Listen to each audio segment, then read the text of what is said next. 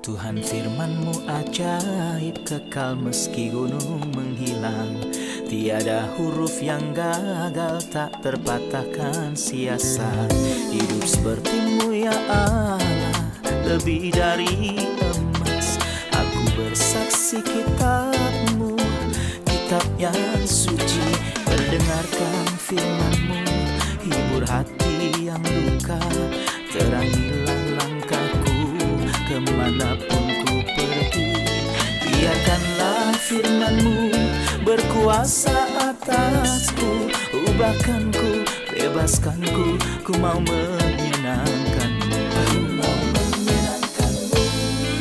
Salam jumpa pemirsa terkasih, saya menyambut Anda sekalian dimanapun Anda berada. Dalam episode terbaru, program studi harian kita Semua Kitab Suci. Dalam pembelajaran kita mengenai surat Ibrani, kita berhenti di episode terakhir pada kata-kata manis tentang Kristus yang berkata kepada Allah, "Korban dan persembahan tidak engkau kehendaki, tetapi engkau telah menyediakan tubuh bagiku."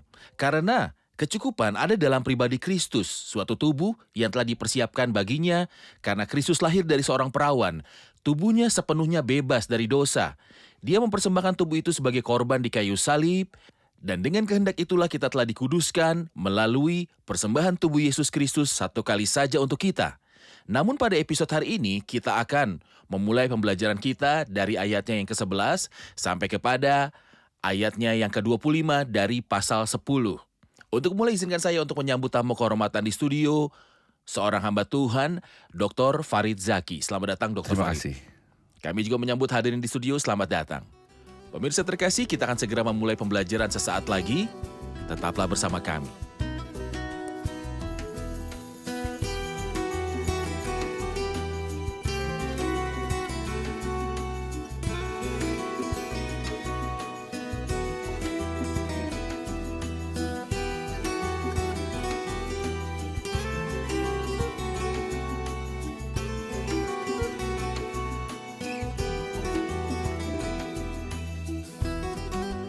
Selamat datang Dr. Farid. Terima kasih, Saudara. Kita masih mempelajari pasal 10. Seturut kehendaknya kita akan mulai mempelajarinya dari ayat 11. Izinkan saya membaca beberapa ayat, kemudian kembali untuk bertanya. Silakan. Selanjutnya setiap imam melakukan tiap-tiap hari pelayanannya dan berulang-ulang mempersembahkan korban yang sama sekali tidak dapat menghapuskan dosa. Tetapi ia, setelah mempersembahkan hanya satu korban saja karena dosa, ia duduk untuk selama-lamanya di sebelah kanan Allah, dan sekarang ia hanya menantikan saatnya di mana musuh-musuhnya akan dijadikan tumpuan kakinya. Sebab oleh satu korban saja, ia telah menyempurnakan untuk selama-lamanya mereka yang ia kuduskan. Dan tentang hal itu, Roh Kudus juga memberi kesaksian kepada kita. Sebab setelah ia berfirman, "Inilah perjanjian yang akan kuadakan dengan mereka sesudah waktu itu." Ia berfirman pula, "Aku akan menaruh hukumku di dalam hati mereka dan menuliskannya dalam akal budi mereka, dan aku tidak akan mengingat dosa-dosa dan kesalahan mereka." Jadi, apabila untuk semuanya itu ada pengampunan, tidak perlu lagi dipersembahkan korban karena dosa.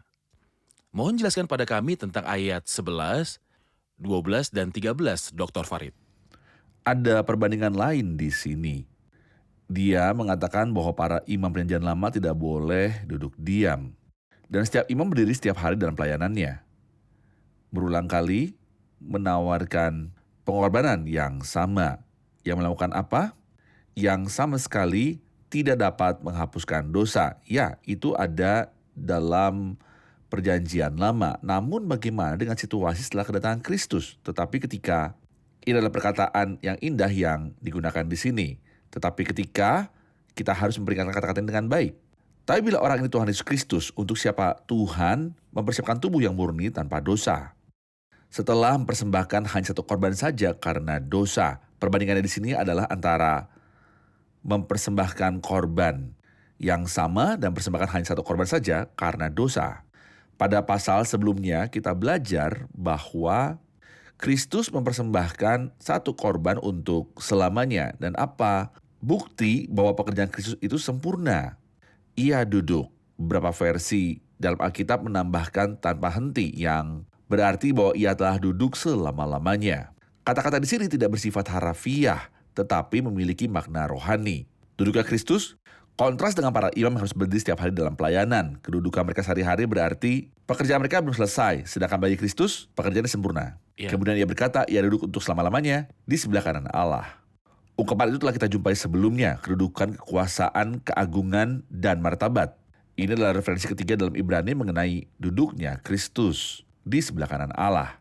Pertama kali di pasal 1, dan setelah ia selesai mengadakan penyucian dosa, ia duduk sebelah kanan yang maha besar di tempat yang tinggi. Pasal 8 ayat 1, inti segala yang kita bicarakan itu ialah kita mempunyai imam besar yang demikian, yang duduk di sebelah kanan tahta yang maha besar di surga. Ini yang kedua. Sampai kapan Kristus akan duduk? Menanti saatnya. Mari berhenti di sini dan berbicara mengenai kesabaran Kristus. Menantikan. Kita hidup di masa kesabaran Kristus. Berapa banyak hinaan yang dilontarkan tentang Kristus? Berapa banyak hujatan yang dilontarkan terhadap Dia? Berapa banyak penderitaan yang dialami oleh anggota tubuhnya, para pengikutnya yang berharga? Seberapa banyak? Namun, Dia menunggu, Dia sabar. Tapi sampai kapan? Di mana musuhnya akan dijadikan tumpuan kakinya? Saya ingin menjelaskan kata musuh-musuh. Permusuhan di sini berasal dari pihak manusia, bukan dari Kristus, supaya Membenci jangan beberapa ada di orang. antara kita yang berpikir bahwa Kristus. Tentu saja tidak, Dia tidak membenci siapapun. Ungkapan ini mengacu pada mereka yang menolak Dia dan bersikeras menolaknya. Mereka yang sampai akhir tidak akan mampu mentoleransi nama Kristus. Saudara, ayat kita bahkan membaca di Wahyu, orang-orang tersebut setelah pengangkatan gereja akan berkeinginan untuk berperang melawan Kristus. Sejauh inilah permusuhan mereka terhadap Kristus. Namun dalam hal apa Dia berbuat salah pada mereka sehingga mereka membencinya? Setan akan mengisihati mereka dengan permusuhan. Saya ingin menyampaikan kepada pemirsa kita sekarang, jangan terhasut untuk menjadi salah satu dari mereka yang akan bermusuhan dengan Kristus. Anda harus menerima Dia. Benar? Anda harus duduk pada yang mulia. Dia menyelesaikan pekerjaannya. Yang Dia minta hanyalah datang kepadanya. Tangannya terbuka lebar untuk Anda. Terimalah karyanya kayu salib agar Anda menjadi salah satu orang yang dikasihinya. Tapi waktunya akan tiba ketika kesabaran Kristus akan berakhir. Lalu semua musuhnya akan dijadikan tumpuan kakinya. Menunggu sejak saat itu sampai musuhmu dibuat menjadi Oke. tumpuan bagi kakinya agar Dia dapat menghakimi mereka. Baik. Ayat 14 berkata, sebab oleh satu korban saja ia telah menyempurnakan untuk selama-lamanya mereka yang ia kuduskan. Dukungan apa yang dapat kita temukan dalam sebab oleh satu korban saja ia telah menyempurnakan untuk selama-lamanya mereka yang ia kuduskan? Saya menganggap ini sebagai berkat kedua dari pengorbanan Kristus, disebutkan dalam pasal 10 bersama dengan berkat-berkat lain yang telah kita pelajari. Berkat pertama menurut pasal 10 adalah kita dikuduskan. Kita adalah miliknya. Tuhan menyebut kita orang-orang kudus sesuai dengan status baru kita di dalam Dia. Berkat kedua adalah bahwa kita disempurnakan. Disempurnakan dalam Ibrani sama sekali tidak berarti seseorang menjadi sempurna, tanpa dosa atau tanpa asal-usul dosa yang bersemayam di dalam dirinya. Namun, disempurnakan di sini berarti hati nurani yang dihibur. Benar. Tidak rasa takut saat mendekati Tuhan. Iya. Ada perdamaian dengan Allah di dalam Kristus melalui persembahan dan pengorbanannya di kayu salib. Dia memberi kita, Dia yang disucikan, hati nurani yang santai dan terhibur, disempurnakan. Kita tidak lagi merasa bersalah karena hati nurani kita tidak menuduh kita. Ayat-ayat berikutnya berbicara tentang perjanjian baru, dan dalam perjanjian baru ini ayat 16 berkata, inilah perjanjian yang akan kuadakan dengan mereka sesudah waktu itu. Ia berfirman pula, aku akan menaruh hukumku di dalam hati mereka dan menuliskannya dalam akal budi mereka sampai akhir. Mengapa perjanjian disebutkan lagi di bagian ini? Karena di sini ia menyoroti perjanjian sehubungan dengan pengorbanan. Dasar perjanjian baru adalah pengorbanan. Di bagian lain penyebutan korban ada kaitannya dibandingkan dengan perjanjian lama, perjanjian pertama. Pada penyebutan pertama memang ada perbandingannya, namun di sini ia ingin mengatakan itu bagian dari akibat pengorbanan Kristus, bahwa orang Yahudi diberikan banyak berkat di masa depan. Bagi kita, orang yang percaya pada dispensasi kasih karunia dan gereja, kita dianugerahi berkat rohani yang adalah kita diyakinkan bahwa kita telah diampuni. Saya tidak ingin mengatakan sekedar diampuni, tetapi kepastian bahwa kita diampuni. Lihat betapa Perjanjian. kuatnya ungkapan ini.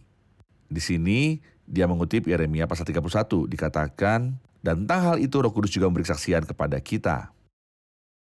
Dari manakah Roh memberikan kesaksian kepada kita? Dari firman Tuhan sendiri yang berkata, dan aku tidak lagi mengingat dosa-dosa mereka. Bukan hamba Tuhan, saya tidak bisa mengatakannya kepada seorang yang menceritakan pada saya tentang dosa yang dilakukannya dan kepada siapa saya berdoa agar saya tidak lagi mengingat dosanya. Tentu saya tidak bisa. Itu adalah keputusan yang kudus. Ia berfirman pula, dan aku tidak lagi mengingat dosa-dosa dan kesalahan mereka. Ungkapan aku tidak akan mengingatnya lagi bukan berarti Tuhan lupa. Ayat tersebut tidak mengatakan aku akan lupa, tetapi aku tidak akan mengingatnya tidak akan lagi. menyebut atau membicarakannya lagi. Ini juga merupakan keputusan sukarela dari pihak Tuhan. Dia menyatakan bahwa dia hanya mengingat dosa satu kali dan menyerahkan semuanya pada Kristus ketika dia mati demi kita. Saat ini dengan kehendak bebas dia memilih untuk tidak lagi mengingat dosa-dosa ini lagi. Oke. Dengan cara ini kita telah sampai pada berkat ketiga dari pengorbanan Kristus. Ya. Yang pertama adalah pengudusan. Yang kedua adalah disempurnakan. Yang ketiga adalah yakin akan pengampunan. Maka dalam ayat 18 yang menyimpulkannya dengan berkata, jadi apabila untuk semuanya itu tidak ada pengampunan, tidak perlu lagi dipersembahkan korban Mengenai karena dosa. pekerjaan itu telah berakhir. Saya akan mulai membaca dari ayat yang ke-9 yang berbicara tentang ketekunan yang harus kita miliki setelah pengorbanan Kristus membuka jalan bagi kita ke tempat kudus. Maksud saya ayat yang ayat ke-19. 19, silakan. Ayat 19, jadi saudara-saudara oleh darah Yesus kita sekarang penuh keberanian dapat masuk ke dalam tempat kudus karena ia telah membuka jalan yang baru dan yang hidup bagi kita melalui tabir yaitu dirinya sendiri dan kita mempunyai seorang imam besar sebagai kepala rumah Allah. Karena itu marilah kita menghadap Allah dengan hati yang tulus ikhlas dan keyakinan iman yang teguh. Oleh karena hati kita telah dibersihkan dari hati nurani yang jahat dan tubuh kita telah dibasuh dengan air yang murni. Marilah kita berpegang teguh pada pengakuan tentang pengharapan kita. Sebab ia yang menjanjikannya setia. Ya. Mohon komentari ayat 19 ini, Dr. Farid. Hasil yang bagus tentang pengampunan dosa. Apa itu? Hal ini berarti kita tidak dapat mendekat pada hadirat Tuhan setiap saat. Dan kita melakukan itu sebagai kumpulan orang-orang percaya. Tua dan muda, orang percaya yang baru, dan mereka yang sudah dewasa imannya. Kita semua mempunyai hak itu. Kita memiliki kepercayaan diri dan keberanian untuk menghampiri hadirat Allah. Tentunya kita mengerti bahwa tempat kudus berarti surga. Kita bisa masuk surga secara roh meskipun tubuh kita ada di bumi. Kapan kita bisa masuk surga? Di pertemuan gereja dan juga dalam kehidupan pribadi kita. Saya ingin terus-menerus hidup di hadirat Tuhan seperti itu. Salah satu komentator berkata, kehadiran Tuhan menjadi rumahku. Saya menikmati Tuhan terus-menerus. Benar. Atas dasar apa saya merasa yakin untuk masuk ke tempat suci? Pada dua hal. Yang pertama adalah darah Kristus yang membuka jalan di hadapan saya. Ini adalah cara baru yang belum pernah ada sebelumnya dan merupakan cara hidup. Itulah sesuatu yang hidup karena orang yang hidup adalah jalan sendiri. Hal kedua yang buat saya memenuhi syarat untuk masuk ke tempat suci adalah adanya imam agung di rumah Allah. Mengapa dia menyebutkan imam di sini? Rasa bersalah telah diatasi melalui darah Kristus. Bagaimana dengan kelemahan saya? Kita memiliki imam. Imam itu memang ada. Jadi jika saya mau berbahagia dalam Tuhan sebagai Bapa dan Tuhan selagi saya lemah, atau saat saya sedang membawa beban berat atau kesedihan, saya mendekat kepadanya dan darahnya menutupi dosa-dosa saya. Dengan bawa beban, Kristus memegang tangan saya sebagai imam besar dan berkata kepada saya, ayo masuklah ke tempat-tempat suci dan nikmati kebersamaan dengan Tuhan. Terima kasih, kita akan saksikan laporan dan kembali untuk menjawab pertanyaan. Tirai terkoyak saat Kristus disalib artinya jalan menuju Tuhan telah terbuka. Tirai yaitu melalui dagingnya. Kata daging yang kita baca di sini sama dengan kata yang digunakan dalam pendahuluan pada Injil Yohanes. Rasul Yohanes menulis perkataan, dan firman itu menjadi manusia. Namun kita tidak memperoleh hak untuk datang ke hadapan Tuhan karena kedatangannya menjadi manusia, tetapi melalui terkoyaknya tabir yang merupakan kematiannya, kita telah menerima hak istimewa untuk menyembah Tuhan bukan karena kehidupan Kristus, tetapi melalui kematiannya di atas kayu salib. Pemirsa terkasih, Anda harus menaruh perhatian besar pada hal ini. Ayat ini mengatakan melalui jalan baru dan hidup yang dibukakan bagi kita. Kata baru digunakan di sini berasal dari kata Yunani yang berarti baru saja disembelih. Jadi mengacu pada fakta bahwa Tuhan Yesus telah membuka bagi kita jalan hidup yang baru melalui pengorbanannya dan kematiannya di atas kayu salib bagi kita semua yang Ia kasihi. Ayat 22 berkata, karena itu marilah kita menghadap Allah dengan hati yang tulus, ikhlas, dan keyakinan iman yang teguh, oleh karena hati kita dibersihkan dan hati nurani kita yang jahat, dan tubuh kita telah dibasuh dengan air. Apakah hati nurani yang jahat itu? Mohon klarifikasi. Mohon jelaskan kata-kata di ayat 22. Silakan. Inilah syarat-syarat mendekatkan diri kepada hadirat Tuhan. Syarat-syarat yang perlu dipenuhi agar saya dapat menikmati persekutuan dengan Tuhan. Izinkan saya menunjukkannya sebelum kita mulai bagian ini. Syarat-syarat ini bukan agar Tuhan dapat menerima kita di hadiratnya. Ini adalah kondisinya. Ini untuk kita menikmati Agar kita bisa menikmati kehadirannya. bersama dengannya. Tepat. Karena itu marilah kita menghadap Allah dengan hati yang tulus, ikhlas, dan keyakinan iman yang teguh. Bagaimana kita membaca ini? Artinya hati yang bersandar pada pekerjaan Kristus. Iya. Perhatikan kata-kata keyakinan iman yang teguh. Jadi saudara, ayat, mereka yang melakukan keselamatannya tidak dapat menikmati manisnya persekutuan dengan Tuhan. Mengapa demikian? Karena mereka khawatir dan bingung. Mereka bertanya, apakah kami diterima atau tidak? Jawaban dari ayat tersebut dapat diandalkan. Karya Kristus dan atas darahnya. Darahnya membuat Anda memenuhi syarat untuk masuki hadiratnya. Ketika Anda bersandar pada pekerjaan Kristus, Anda akan punya kepastian iman yang penuh. Sebagai konsekuensinya, engkau akan memiliki hati yang sejati. Hati yang setia dalam apapun yang Anda lakukan. Bagian kedua adalah, Lanjutkan. oleh karena hati kita telah dibersihkan dari hati nurani yang jahat. Saya membacanya seperti itu, oleh karena hati kita telah dibersihkan. Maka, apa yang terjadi ketika kita menerima Kristus? Karena iman. Darahnya dipercikan kepada saya. Benar. Dengan demikian, hati nurani saya yang jahat tidak jahat lagi.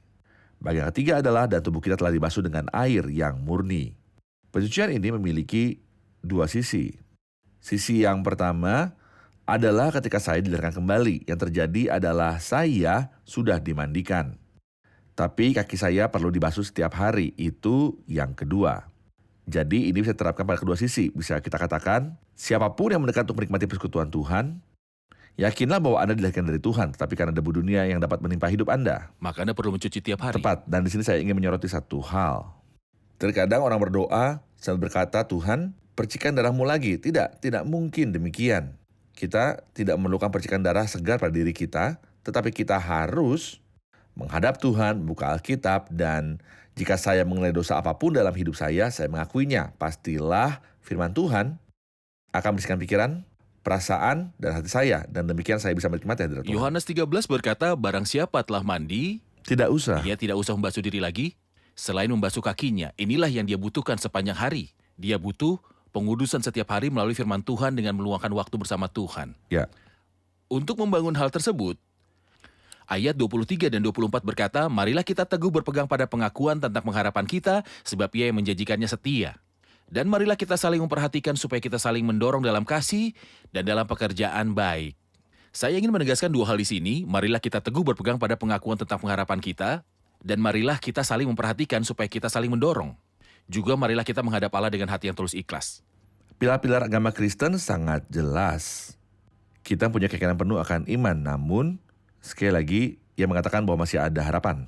Bagaimana bisa hidup tanpa harapan? Bahkan kehidupan sehari-hari yang normal. Bagaimana seorang bisa hidup tanpa harapan?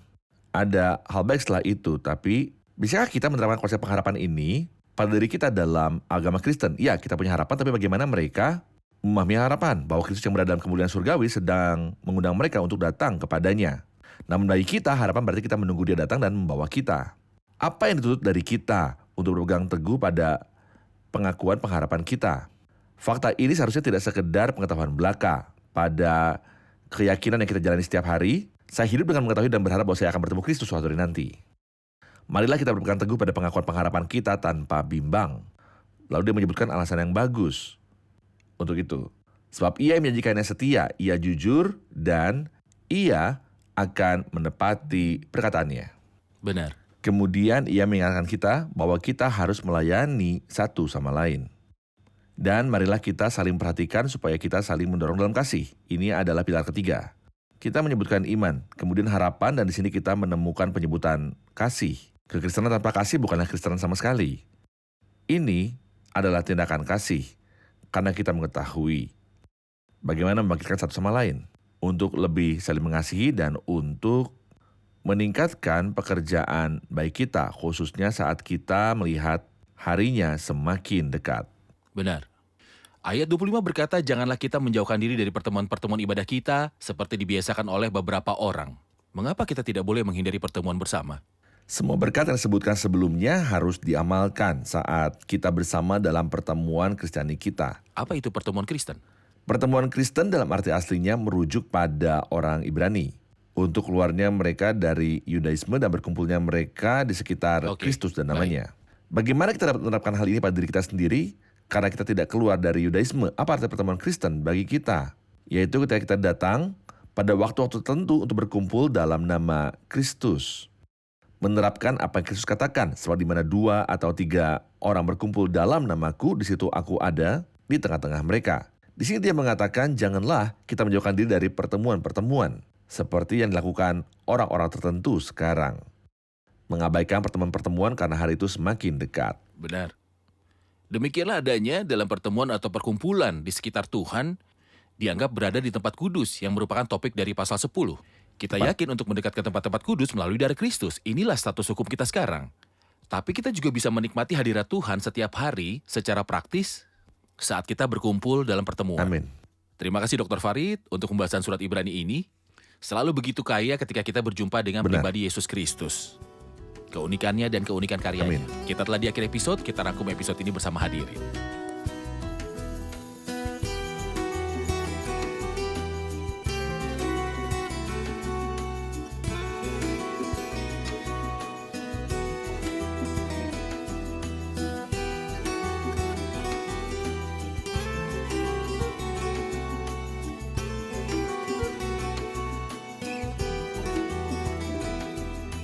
Halo semua. Dalam ayat 19, Rasul Paulus berkata kepada orang-orang Ibrani, jadi saudara-saudara, oleh darah Yesus kita sekarang penuh keberanian dapat masuk ke dalam tempat kudus. Kita perlu mengetahui keefektifan darah Kristus dalam memberikan kita akses menuju ke tempat kudus. Ini bagus sekali hasil dari pengampunan dosa kita dan hasil karya sempurna Kristus di kayu salib, kita menjadi percaya diri untuk memasuki hadirat Tuhan dan menikmati kehadirannya melalui roh kita. Hal ini didasarkan pada karya sempurna Kristus. Kita juga Benar, menerima terima besar. kasih. Dr. Farid. Itu benar. Ayat 20 dan 21 mengatakan karena ia telah membuka jalan yang baru dan yang hidup bagi kita melalui tabir, yaitu dirinya sendiri, dan kita mempunyai seorang imam besar sebagai kepala rumah Allah. Adakah yang bisa ingatkan tentang apa yang dimaksud dengan masuk ke dalam tempat kudus dan apa yang kita pelajari dari imam besar sebagai kepala rumah Allah? Darah Kristus membuka jalan bagi kita mengatasi perasaan bersalah kita. Ini adalah jalan yang hidup karena Kristus sendirilah jalannya. Ini adalah jalan baru yang belum pernah dibuka sebelumnya. Imam Besar Agung adalah dia yang menangani kelemahan dan pelanggaran kita sepanjang hidup. Benar, Dia memegang tangan saya untuk mendekati hadirat Tuhan. baik. Dia memegang tangan saya untuk mendekati hadirat Tuhan. Ayat 23, marilah kita teguh berpegang pada pengakuan tentang pengharapan kita. Apa maksudnya? Pada bagian ini, beliau mengacu pada 3 pilar agama Kristen. Dia berbicara tentang kepastian iman, pengakuan harapan, dan dalam ayat 24 dia berkata, dan marilah kita saling memperhatikan supaya kita saling mendorong dalam kasih. Ungkapan pengakuan pengharapan artinya kebenaran, berubah dari sekedar pengetahuan menjadi iman yang kita jalani sehingga kita hidup menunggu. Hidup, menunggu, dan berharap. Untuk hidup berharap dan menunggu. Dr. Farid, Untuk berpegang Berpegang teguh, teguh. ini ekspresi yang sangat bagus. Adalah baik untuk berpegang teguh setiap hari pada bahkan jika pengakuan saya tidak pengharapan. melihatnya dengan mata kepala saya sendiri. Tepat. Terima kasih Dr. Farid, terima kasih semua, Tuhan memberkati. Pemirsa terkasih, apa yang menandai pendekatan kepada Tuhan selama dispensasi hukum Taurat dalam agama Yahudi kuno adalah ketakutan. Ketakutan adalah tanda di wajah setiap orang, di wajah siapapun yang mau mendekat kepada Tuhan. Tidak ada kepercayaan ataupun keyakinan. Setiap tahun pengorbanan harus dipersembahkan dan diulangi. Dalam pengulangannya, hal itu mengingatkan mereka bahwa dosa ada di depan mata mereka. Tetapi karena pekerjaan salib, setelah pintu terbuka di hadapan kita, melalui cara baru yang belum pernah ada sebelumnya, melalui jalan hidup yang dibukakannya bagi kita melalui tirai, yaitu melalui dagingnya, Kita bisa masuk ke dalam hadirat Tuhan dengan penuh keyakinan. Saya ingin mengingatkan Anda, oleh darah Yesus kita sekarang penuh keberanian dapat masuk ke dalam tempat kudus. Kita tidak mendekat ke tempat kudus atau tempat maha kudus, namun kita memasuki tempat-tempat kudus karena tirainya sudah tidak ada lagi. Kita datang ke hadirat Tuhan tanpa penghalang. Pemirsa terkasih, pengorbanan Kristus dan darah Kristus efektif dalam diri kita dan bagi kita. Darahnya menyucikan kita dan membukakan pintu bagi kita untuk mendekat kepada Tuhan. Sekarang kita punya hak untuk mendekati Tuhan dan memasuki hadirat-Nya tanpa hambatan apapun. Kita bahkan tidak butuh mediator. Kita tidak perlu mediator antara Tuhan dengan kita. Kita dituntut untuk tidak melakukan apapun agar Tuhan menerima kita. Kita tidak perlu melakukan apapun terlebih dahulu agar Tuhan dapat membukakan pintu bagi kita. Pintunya sudah dibuka oleh darah Kristus. Pengorbanan Kristus membuka pintu bagi kita agar kita dapat mendekati Allah. Kita punya keberanian untuk masuk tempat kudus melalui darah Kristus. Ada seorang imam agung yang mengepalai rumah Tuhan. Ini adalah hubungan yang hebat dengan Tuhan sendiri. Anda mendekati Tuhan dengan cara yang menakjubkan. Anda mempunyai hati nurani yang sempurna. Anda mendekati Tuhan dan Dia tidak lagi mengingat dosa-dosa Anda. Kita punya seorang imam besar yang mengepalai rumah Tuhan, memegang tangan kita, dan membawa kita dalam hubungan ini. Saya bersyukur untuk semua yang telah Dia selesaikan, agar Anda dan saya dapat menjalin hubungan yang hidup dengannya. Tidakkah Anda ingin menjadi bagian dalam hubungan ini? Tidakkah Anda ingin memiliki hubungan dengan Dia? Dia yang melalui pengorbanannya di kayu salib membuka pintu di hadapan kita untuk menuju ke hadirat Tuhan. Saya harap Anda memiliki hubungan ini. Sampai jumpa di episode selanjutnya. Tuhan besertamu. Amin.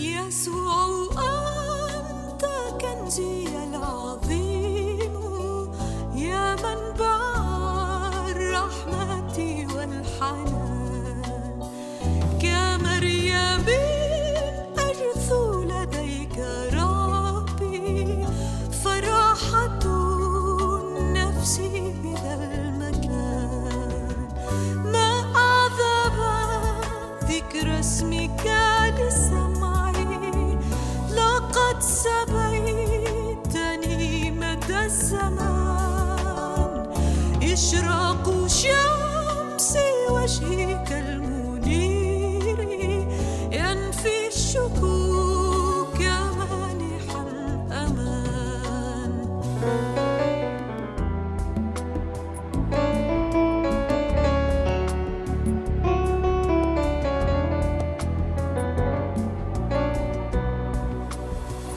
جراحك يا سيدي حماية كلامك ينير لي الطريق وروحك يا سيدي نصيري يعينني في وجه كل ضيق ألهب بنار روحك حياتي وليحصر عني حبك الرقيق حتى أقود الآخرين نحو سلامك العجيب والعميق